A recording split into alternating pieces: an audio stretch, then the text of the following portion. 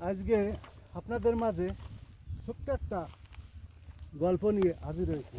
গল্পটা হলো রাজা, প্রজা আর বাদর নিয়ে।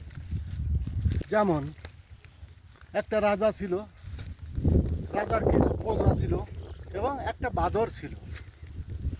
তা রাজাটা যখন বাসার থেকে বের হতো তখন পিছে প্রজারাও থাকতো এবং টেবিলের পারে একটা বাদর বসে থাকতো। তো প্রতিনিয়ত বাসার থেকে যখন বেরোতো তখন বাদরটাকে একটা করে বাড়ি দিত।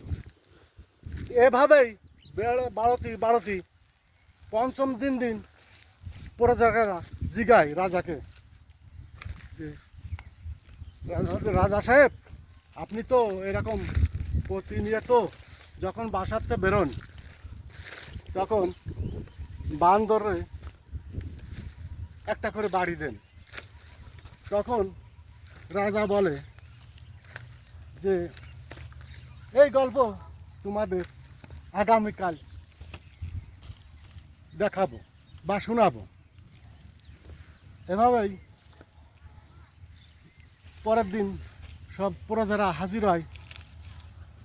হাজির হলি সবাই হাজির হয়। হাজির হলি ওই দিন থেকে আবার পর 2 দিন বাসা থেকে বেরোয়। তখন আর ওই বাদরের বাড়ি দেয় না।